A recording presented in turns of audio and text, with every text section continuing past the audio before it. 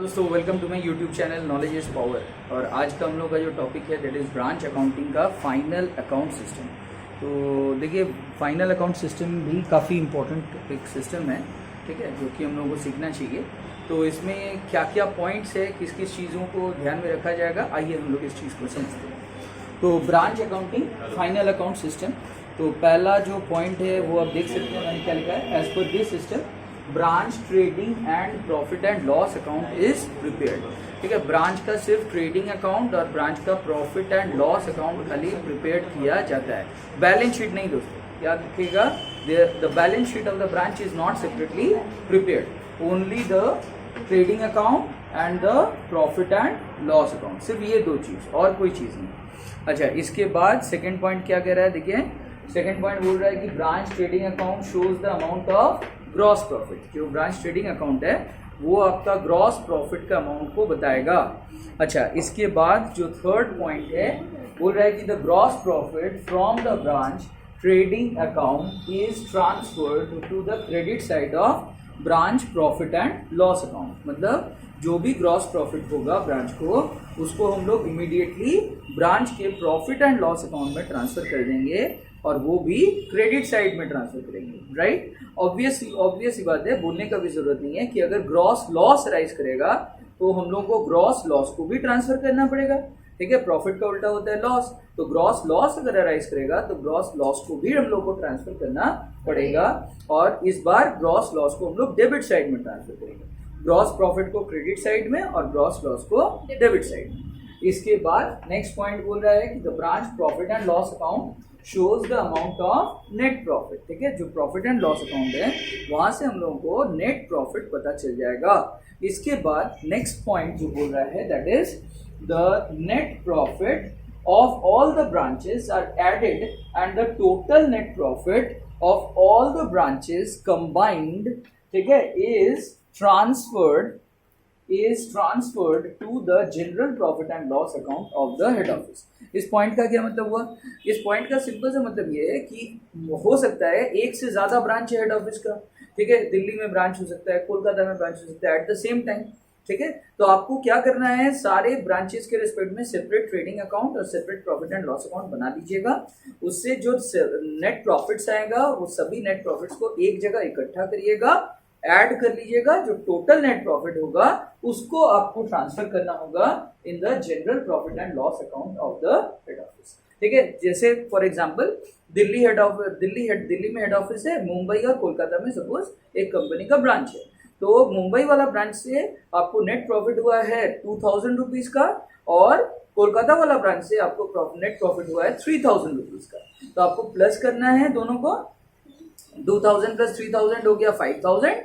ये 5000 रुपीज आपको ट्रांसफर करना है हेड ऑफिस के प्रॉफिट एंड लॉस अकाउंट में। क्लियर है, कोई प्रॉब्लम तो नहीं हो रहा है? अच्छा, इसके बाद branch account is also prepared, ठीक है, in the usual way in the books of the head office, ठीक है। ब्रांच अकाउंट भी यहाँ पे बनता है, ठीक है, और यूजुअल वे में बनेगा जैसे हम लोग पहले बनाते आ रहे हैं, एग्जैक्टली उसी तरीके से ये बनेगा। आई होप आपको वीडियो समझ आ रहा है। If you have got any queries so you can ask in the comment box, I will try to answer all of your queries। Question number 13 solve कर रहे हैं। इसमें लिखा हुआ है Dinesh of Lucknow has a branch at Faridabad, goods are supplied to the branch at cost plus 20%, the expenses of the branch are paid from Lucknow and the branch keeps a sales journal and a debtors ledger only. From the following particulars, prepare branch account and its trading and profit and loss account for the year ending 31st March 2016. Opening stock at invoice price 1,20,000. Goods received from head office 1,50,000. Expenses paid by head office for branch ये है आपका 52,000. Cash sales that is 87,500. Receipt from debtors 1,89,500. Debtors on 31st March 2016 45,800, sorry 43,800। इसके बाद लिखा हुआ है goods in transit from head office on 31st March 2016 18,000, closing stock at invoice price 90,000, and at last credit sales that is 2,05,000। अब हम लोग question number 13 के ज़रिए हम लोग ट्राई करेंगे फाइनल अकाउंट सिस्टम को समझने का। तो आइए देखते हैं इस क्वेश्चन में जो डिटेल्स दिया हुआ है उसको हम लोग फाइनल अकाउंट सिस्टम में किस तरीके से प्लेस करते हैं। तो जैसे कि आप देख पा रहे हैं, सबसे पहले हम लोगों को लिखना होगा कि इसके बुक्स में हम लोग अकाउंट्स बना रहे हैं। In the books of Dinesh of Lucknow Faridabad branch trading account for the year ending on 31 मार्च 2016। एक चीज़ मैं सबसे पहले क्लियर कर देना चाहता हूँ, ये पूरा account branch trading account cost price पे बनता है। तो आपको क्वेश्चन में अगर इनवॉइस प्राइसेस दिए हुए हैं regarding opening stock, regarding goods from head office, regarding goods in transit, तो वो सबको लेकर के आप देखिए इस तरीके से आप क्या करोगे, वर्किंग नोट्स बनाओगे। तो ये जो वर्किंग नोट्स होगा वो सिर्फ इनवॉइस प्राइस में से लोडिंग का जो एलिमेंट है उसको हटा के हम लोगों को रिमूव करने के बाद हम लोगों को कॉस्ट प्राइस को निकालने के लिए ये सारा वर्किंग नोट्स बन रहा है। मैं सब समझा दूंगा, तो आइए हम लोग वीडियो को कंटिन्यू करते हैं। तो यहाँ पे ध्यान दीजिएगा, सबसे पहले लिखेंगे टू ओपनिंग स्टॉक, ठीक है। वर्किंग नोट यहाँ पे दिए 1 लाख रुपीज, वर्किंग नोट 1। तो आइए देखते हैं ओपनिंग स्टॉक का वर्किंग नोट हम लोगों ने क्या किया है। इधर आप देख सकते हैं, मैंने कैमरा को घुमा दिया है। तो यहाँ पे देखिए ओपनिंग स्टॉक का इनवॉइस प्राइस था 1,20,000 लेस ओपनिंग स्टॉक रिजर्व जो कि लोडिंग को रिप्रेजेंट करता है, वो ऑलरेडी हम लोग कैलकुलेट कर चुके हैं। तो इसका अमाउंट है 20,000 रुपीज। तो यहाँ पे हम लोगों ने 20,000 यहाँ पे माइनस किया, तो नेट कॉस्ट हम लोग का आ गया 1 लाख रुपीज, ठीक है। इसके बाद अब हम लोग क्या कर रहे हैं, ये यहाँ पे 1 लाख रुपीज को यहाँ पे प्लेस कर दिए। गुड्स फ्रॉम हेड ऑफिस, मतलब जो गुड्स हेड ऑफिस ब्रांच को सेंड किया है वो गुड्स। तो आइए देखते हैं इसका कैलकुलेशन हम लोग वर्किंग नोट 2 में कैसे किए हैं। देखिए goods send to branch 1,68,000 rupees का था, ठीक है। ये दो चीजों का सम टोटल था 1,50,000 रुपीज का गुड्स रिसीव्ड बाय ब्रांच, और गुड्स इन ट्रांजिट अमाउंट था 18,000 रुपीज। टोटल ऐड करने के बाद हम लोग का जो फिगर आया था वो था 1,68,000 रुपीज, ठीक है। तो वहां से हम लोग क्या किए हैं, लोडिंग को हटा दिए। तो इसका loading on goods send to branch था 28,000, माइनस करने के बाद हम लोगों का नेट वैल्यू आ रहा है 1,40,000।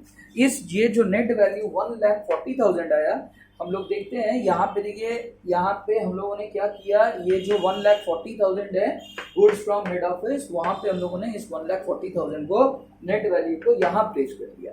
उसके बाद क्या किया, यहाँ पे देखिए गुड्स इन ट्रांजिट हम लोगों ने लिखा। तो गुड्स इन ट्रांजिट में नीचे थोड़ा सा कैलकुलेशन भी दिखाएं।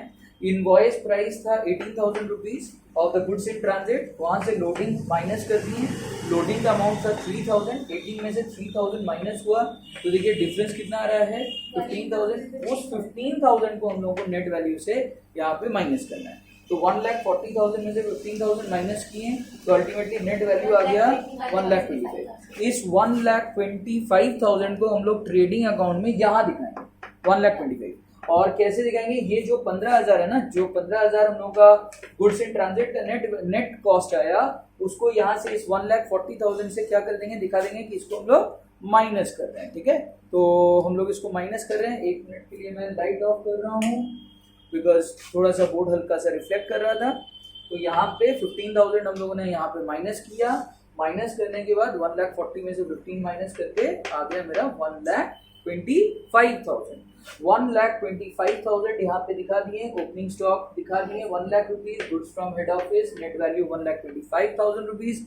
अब देखिए सेल्स को कैसे शो करते हैं, यहाँ पे सेल्स यहाँ पे दिखाने का बहुत ही इजी तरीका है। आपको यहाँ पे चूज नहीं करना रहता है कि कौन सा सेल्स हटाओगे। जैसे ब्रांच अकाउंट में क्रेडिट सेल्स हम लोग छोड़ देते थे, यहाँ पे छोड़ना वरना नहीं है, यहाँ पे लिखना है। तो यहाँ पे क्या करना है, बाई सेल्स, कैश सेल्स यहाँ पे 87,500, क्रेडिट सेल्स था 2,05,000, दोनों को ऐड करके टोटल सेल हमने शो कर दिया 2,92,500। By closing stock once again working note देना पड़ेगा बिकॉज इनवॉइस प्राइस पे था ये सारे गुड्स, तो हम लोग को कॉस्ट प्राइस पे इसको कन्वर्ट करना रहेगा। आइए देखते हैं कैसे इसको किए हैं। यहाँ पे देखिए वर्किंग नोट मैंने दिया है क्लोजिंग स्टॉक से related. Opening stock invoice price दिया हुआ था 90,000 rupees less closing stock reserve यहाँ पे दिया हुआ था। हम लोग कैलकुलेट कर लिए थे 15,000 रुपया। 90,000 में से 15,000 रुपया माइनस करने के बाद मेरा जो नेट कॉस्ट आ रहा है वो आ रहा है 75,000 रुपीज। इस 75,000 रुपीज़ को हमने यहाँ पे शो कर दिया। आप यहाँ पे देख पा रहे हैं, यहाँ पे मैंने क्लोजिंग स्टॉक करके जो वर्किंग नोट दिया है वहाँ पे मैंने यहाँ पे 75,000 रुपीज़ शो कर दिया है। ये वर्किंग नोट 3 होगा। अब हम लोग क्रेडिट साइड को ऐड कर देंगे। पूरे ब्रांच का जो क्रेडिट साइड है अकाउंट का, ब्रांच ट्रेडिंग अकाउंट का, तो क्रेडिट साइड का टोटल आएगा 3,67,500। उसमें से सारा डेबिट साइड के जो फिगर्स हैं, जो भी फिगर्स हैं, सब माइनस हो जाएगा। माइनस होने के बाद ग्रॉस प्रॉफिट मेरा बच जाएगा 1,42,500। अब इस 1,42,500 का ग्रॉस प्रॉफिट में से जो एक्सपेंसेस का पेमेंट हो रहा है, आई थिंक 52,000 रुपीज़ का एक्सपेंसेस का पेमेंट हो रहा है, वो माइनस करिएगा तो आपका नेट प्रॉफिट यहाँ पे निकल जाएगा। तो आपका जो ग्रॉस प्रॉफिट है इसको मैं ट्रांसफर करने वाला हूँ ब्रांच का प्रॉफिट एंड लॉस अकाउंट में, और वहाँ से एक ही एक्सपेंस माइनस करके मैं दिखाऊंगा नेट प्रॉफिट कैसे निकाला जा रहा है। तो देखते हैं किस तरीके से हम लोग करेंगे। दोस्तों कंटिन्यूइंग विद द वीडियो, हम लोग अब बनाएंगे ब्रांच का प्रॉफिट एंड लॉस अकाउंट, जो कि बहुत ही इजी तरीके से बन जाएगा। आप यहाँ पे देख पा रहे हैं। सबसे पहले हम लोग by gross profit brought down लिखेंगे from the branch trading account 1,42,500 जो अभी निकला, उसमें से ब्रांच एक्सपेंसेस 52,000 को माइनस कर देंगे तो हम लोग का नेट प्रॉफिट आ जाएगा 90,500। This will be transfer to the head office profit and loss account. Total है 1,42,500 माइनस करने के बाद 90,500 बचता है। तो आई होप आपको वीडियो समझ आ गया है। अगर आपको कोई भी क्वेरी है तो you can ask in the comment box, ठीक है। मैं सभी क्वेश्चंस का आंसर देने का कोशिश करूँगा।